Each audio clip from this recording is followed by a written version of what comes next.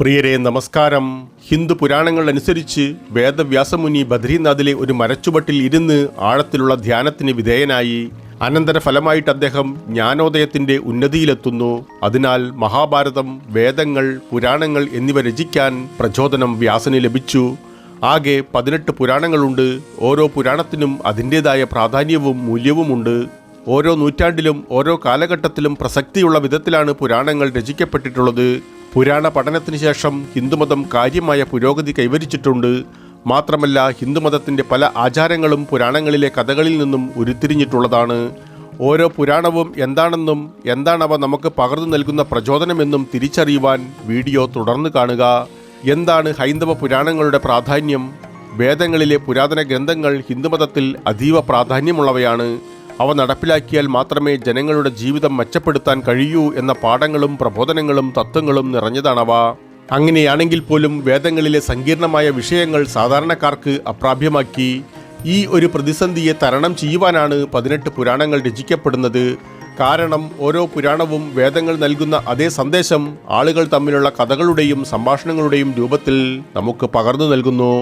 അങ്ങനെ പ്രായഭേദമന്യേ ഓരോ വ്യക്തിക്കും എല്ലാ പുരാണങ്ങളിലും പറഞ്ഞിരിക്കുന്ന തത്വങ്ങൾ ഗ്രഹിക്കാനും അവരുടെ ജീവിതം മെച്ചപ്പെടുത്തുവാനും അവ അവരുടെ നിത്യവൃത്തിയിൽ നടപ്പിലാക്കുവാനും കഴിഞ്ഞു. ആകെ 18 പുരാണങ്ങൾ ഉണ്ടെന്ന് നേരത്തെ സൂചിപ്പിച്ചുവല്ലോ. ഈ 18 പുരാണങ്ങളെ 3 വിഭാഗങ്ങളായി തരംതിരിച്ചിരിക്കുന്നു. മഹാവിഷ്ണുവിൻ്റെ ഗുണങ്ങൾ ഉൾപ്പെടുന്ന സത്വം അഥവാ സത്യം എന്നറിയപ്പെടുന്നതാണ് ആദ്യത്തെ വിഭാഗം. അടുത്ത വിഭാഗത്തെ തമസ് അഥവാ അജ്ഞത എന്ന് വിളിക്കുന്നു. ഇതിൽ ശിവന്റെ ഗുണങ്ങളെ പ്രതിപാദിക്കുന്നു. ഒടുവിലത്തേതും മൂന്നാമത്തേതുമായ വിഭാഗം രജസ് അഥവാ വികാരമാണ്. ഇത് ദേവതയായ ശക്തിയെ മാത്രമല്ല മറ്റു ദൈവങ്ങളുടെ ഗുണങ്ങളും സമർപ്പിക്കുന്നു. പുരാണങ്ങളിൽ ആദ്യത്തേത് പത്മപുരാണമാണ്. 55,000 ശ്ലോകങ്ങൾ ഉൾക്കൊള്ളുന്ന 5 അധ്യായങ്ങളുണ്ട് പത്മപുരാണത്തിൽ.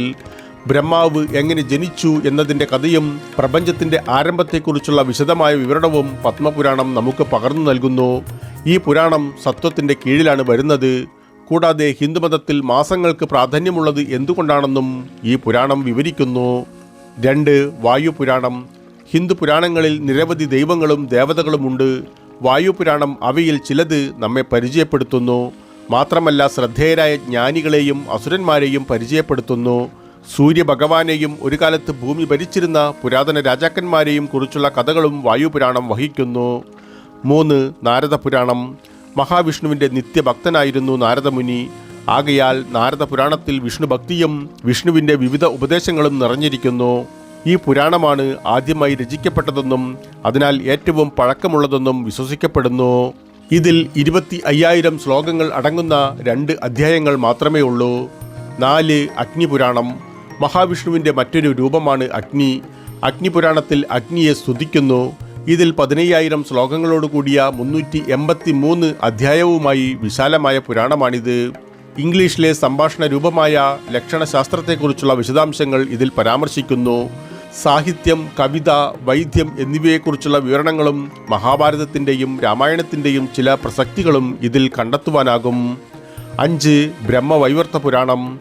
ബ്രഹ്മവൈവർത്ത പുരാണം ശ്രീകൃഷ്ണനെയും രാധയെയും കുറിച്ചുള്ള കഥകൾ നെയ്യുന്നു. ഭഗവാൻ കൃഷ്ണൻ വിഷ്ണുവിൻ്റെ അവതാരമായതിനാൽ ഈ പുരാണം സത്വത്തിൻ്റെ ഭാഗമാണ്. അവരുടെ സ്തുതികൾ പാടുമ്പോൾ അതവരുടെ ജീവിതത്തിലൂടെ നമ്മെ കൊണ്ടുപോകുന്നു. 18,000 ശ്ലോകങ്ങൾ ഉൾക്കൊള്ളുന്ന 218 അധ്യായങ്ങൾ വായിക്കുമ്പോൾ ബ്രഹ്മാവ്, സരസ്വതി ദേവി, തുളസി ദേവി എന്നിവരുടെ പരാമർശങ്ങളും നിങ്ങൾക്ക് കണ്ടെത്തുവാനാകും. 6. വരാഹപുരാണം. വരാഹപുരാണത്തെ 217 അധ്യായങ്ങളായും 10,000 ശ്ലോകങ്ങളായും തിരിച്ചിരിക്കുന്നു. മഹാവിഷ്ണുവിൻ്റെ അവതാരമായ വരാഹത്തിൻ്റെ വ്യത്യസ്ത കഥകൾ വരാഹപുരാണം നമ്മോട് പറയുന്നു. അതുകൊണ്ട് തന്നെ ഇത് വിഷ്ണുവിൻ്റെ ഗുണങ്ങളായതിനാൽ ഈ പുരാണവും സത്വത്തിൻ്റെ കീഴിലാകുന്നു. 7. വാമനപുരാണം. മഹാവിഷ്ണു ഒരിക്കൽ വാമനനായി പുനർജന്മം ചെയ്തു. വാമനപുരാണം മനുഷ്യ വികസനത്തെക്കുറിച്ചുള്ള വിശദമായ വിവരണം നൽകുമ്പോൾ വാമനൻ എന്ന നിലയിൽ അദ്ദേഹത്തിൻ്റെ അനുഭവങ്ങളെക്കുറിച്ച് സംസാരിക്കുന്നു. ഈ പുരാണം 10,000 ശ്ലോകങ്ങളിലൂടെ 95 അധ്യായങ്ങളായി വ്യാപിച്ചു കിടക്കുന്നു. കൂടാതെ വേദങ്ങളുടെയും ഉപനിഷത്തുക്കളുടെയും ഉപദേശങ്ങൾ ലളിതവൽക്കരിച്ച രൂപത്തിൽ വാമനപുരാണം അറിയിക്കുന്നു. 8. മത്സ്യപുരാണം. ഒരു പ്രത്യേക വിഷയത്തിന് പകരം മത്സ്യപുരാണത്തിൽ എല്ലാ പുരാണങ്ങളുടെയും ഒരു അവലോകനം അടങ്ങിയിരിക്കുന്നു. ഇത് തമസിന് കീഴിലാണ് ഉൾപ്പെടുന്നത്.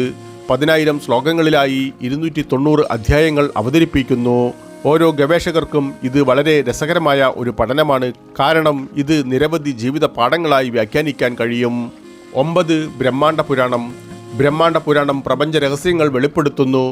ബ്രഹ്മാണ്ഡത്തിൻ്റെ ഉത്ഭവത്തെക്കുറിച്ചും നവഗ്രഹങ്ങൾ എങ്ങനെ ഉണ്ടായി എന്നതിനെക്കുറിച്ചും നമുക്ക് വിവരിച്ചു നൽകുന്നു. മറ്റെല്ലാ ആകാശഗോളങ്ങളുടെയും ഉത്ഭവ കഥയും ഈ പുരാണത്തിൽ ഉൾപ്പെടുത്തിയിട്ടുണ്ട്. ബ്രഹ്മാണ്ഡ പുരാണം രജസ് വിഭാഗത്തിൽ ഉൾപ്പെടുന്നു. 10. ഗരുഡ പുരാണം. ഗരുഡ പുരാണം 18,000 ശ്ലോകങ്ങളിലായി 279 അധ്യായങ്ങളിലായി വ്യാപിച്ചു കിടക്കുന്നു. ഈ പുരാണത്തിലുടനീളം മഹാവിഷ്ണുവും അദ്ദേഹത്തിൻ്റെ വാഹനമായ ഗരുഡനും തമ്മിലുള്ള സംഭാഷണങ്ങൾ നമുക്ക് കാണുവാനാകും. ഈ സംഭാഷണങ്ങൾ കൂടുതലും നന്മ തിന്മകൾ, സത്യം, മരണം എന്നിവയെ ചുറ്റിപ്പറ്റിയാണ്. 11. കൂർമ്മപുരാണം. കൂർമ്മപുരാണത്തിൽ മഹാവിഷ്ണു തന്നെയാണ് കഥാകാരൻ. സമുദ്രമഥനകാലത്ത് അദ്ദേഹം ആമയുടെ അവതാരം സ്വീകരിച്ചപ്പോഴുണ്ടായ അനുഭവങ്ങൾ കൂർമ്മപുരാണത്തിൽ രേഖപ്പെടുത്തുന്നു. ഈ കാലഘട്ടത്തിൽ ദേവന്മാരും അസുരന്മാരും തമ്മിലുള്ള സംഘർഷം മനുഷ്യരാശിക്ക് ഗുണം ചെയ്യുന്ന നിരവധി പാഠങ്ങളുണ്ട്. 18,000 ശ്ലോകങ്ങൾ അടങ്ങിയ 4 അധ്യായങ്ങളുള്ള ഈ പുരാണത്തിൽ അത്തരം പാഠങ്ങളെക്കുറിച്ച് പരാമർശിക്കുന്നു. 12. സ്കന്ദപുരാണം. സ്കന്ദപുരാണത്തെ മഹേശ്വരൻ, ബ്രഹ്മാവ്, വിഷ്ണു, കാശി, അവന്തി, നാഗര, പ്രഭാസ എന്നിങ്ങനെ 7 അധ്യായങ്ങളായി തരംതിരിച്ചിരിക്കുന്നു. ഇതിൽ 81,000 ശ്ലോകങ്ങളുമുണ്ട്. ശ്ലോകങ്ങൾ വായിക്കുമ്പോൾ ഹിമാലയൻ പ്രദേശങ്ങളെക്കുറിച്ചുള്ള വ്യക്തമായ പരാമർശങ്ങൾ നമുക്ക് കാണാം. സ്കന്ദപുരാണം കൂടുതലും ഭാരതത്തിൻ്റെ ചരിത്രവും ഭൂമിശാസ്ത്രവുമായി ബന്ധപ്പെട്ടതാണ്. 14. ഭവിഷ്യപുരാണം. പേര് സൂചിപ്പിക്കുന്നത് പോലെ ഭാവിയിൽ നിന്നുള്ള കഥകളും സംഭവങ്ങളും ഭവിഷ്യപുരാണം ഉൾക്കൊള്ളുന്നു. ബ്രഹ്മാവിൻ്റെ വാക്കുകളിൽ പരാമർശിച്ചിരിക്കുന്ന സൂര്യഭഗവാന്റെ ഉപദേശങ്ങളും ഗുണങ്ങളും നമുക്ക് കണ്ടെത്തുവാനാകും. 28,000 ശ്ലോകങ്ങളുള്ള ഈ പുരാണത്തിൽ 129 അധ്യായങ്ങളുണ്ട്. 15. മാർക്കണ്ഡേയ പുരാണം. മാർക്കണ്ഡേയ പുരാണത്തിൽ വിലപ്പെട്ട ജീവിത പാഠങ്ങൾ നൽകുന്ന നിരവധി കഥകളുണ്ട്. ഉദാഹരണത്തിന് ശരിയും തെറ്റും തമ്മിൽ വേർതിരിച്ചറിയാൻ നമ്മെ പഠിപ്പിക്കുന്ന 4 പക്ഷികളെ ആദ്യത്തേതിൽ അവതരിപ്പിക്കുന്നു. 9,000 ശ്ലോകങ്ങളുള്ള 137 അധ്യായങ്ങളിലായി മാർക്കണ്ഡേയ പുരാണം വിവരിക്കുന്നു. മാർക്കണ്ഡേയ പുരാണം രജസ് ഗുണത്തിൽപ്പെടുന്നതാണ്. 16. ഭാഗവത പുരാണം. 18 പുരാണങ്ങളിലെ എല്ലാ ഉപദേശങ്ങളും ഗുണങ്ങളും ഭാഗവത പുരാണത്തിൽ കാണുവാൻ കഴിയും. 12 അധ്യായങ്ങളുടെയും 18,000 ശ്ലോകങ്ങളുടെയും സഹായത്തോടെ അതതിൻ്റെ ആത്മീയ പ്രാധാന്യം ഊന്നിപ്പറയുന്നു. മഹാവിഷ്ണു, മഹാഭാരതം എന്നിവയിൽ നിന്നുള്ള കഥകളുടെ സഹായത്തോടെ ഇത് ദിവ്യശക്തിയുടെ ശ്രേഷ്ഠത സ്ഥാപിക്കുന്നു. 17. വിഷ്ണുപുരാണം. മഹാവിഷ്ണുവിനെ ചുറ്റിപ്പറ്റിയുള്ള നിരവധി ഐതിഹ്യ കഥകൾ വിഷ്ണു പുരാണത്തിൽ കാണാൻ കഴിയും.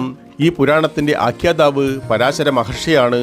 അദ്ദേഹം തൻ്റെ ശിഷ്യനായ മൈത്രേയനുമായുള്ള സംഭാഷണത്തിലൂടെ വിലപ്പെട്ട അറിവുകളും ഉപദേശങ്ങളും നൽകുന്നു. 18. ബ്രഹ്മപുരാണം. ബ്രഹ്മപുരാണം 138 അധ്യായങ്ങൾ ഉൾക്കൊള്ളുന്നു. ഓരോന്നും പുരാണങ്ങൾ, പ്രപഞ്ചശാസ്ത്രം, ധർമ്മം, എല്ലാ ജീവജാലങ്ങളെക്കുറിച്ചും ആകാശഗോളങ്ങളെ ബന്ധിപ്പിക്കുന്ന സാർവത്രിക നിയമത്തിൻ്റെ വ്യക്തമായ വിവരണവും നൽകുന്നു. ഈ പുരാണം സത്വത്തിന് കീഴിലാണ്. കൂടാതെ ഹിന്ദുമതത്തിന് പ്രസക്തമായ പുണ്യനദികളെയും നഗരങ്ങളെയും കുറിച്ചുള്ള ധാരാളം വിവരങ്ങളും നൽകുന്നു. ഹിന്ദുമതം മഹത്തായ ജ്ഞാനം നിറഞ്ഞതാണ്. ഈ 18 പുരാണങ്ങളിലൂടെ ആളുകൾക്ക് അതിൻ്റെ പ്രാധാന്യം മനസ്സിലാക്കുന്നത് എളുപ്പമാകുന്നു. വേദങ്ങളുടെ വ്യാഖ്യാനം വളരെ സങ്കീർണമായതായിരുന്നു. പുരാണങ്ങളുടെ ലളിതവൽക്കരിച്ച പതിപ്പുകൾ മനുഷ്യ ജീവിതത്തിൻ്റെ വിവിധ വശങ്ങളെക്കുറിച്ചുള്ള പഠിപ്പിക്കലുകൾ വളരെ എളുപ്പത്തിലാക്കുന്നു. നമ്മുടെ ജീവിതത്തെക്കുറിച്ച് കൂടുതൽ ഉൾക്കാഴ്ച നേടാൻ നിങ്ങൾ ആഗ്രഹിക്കുന്നുണ്ടോ? എങ്കിൽ ഈ 18 പുരാണവും വളരെ ചുരുങ്ങിയ രീതിയിൽ അതിൻ്റെ മൂല്യങ്ങൾ നഷ്ടപ്പെടാതെ തന്നെ ഓരോരോ വീഡിയോകളായി ചെയ്യുന്നുണ്ട്. എല്ലാവരുടെയും സഹായ സഹകരണങ്ങൾ പ്രതീക്ഷിച്ചുകൊള്ളുന്നു. നന്ദി, നമസ്കാരം.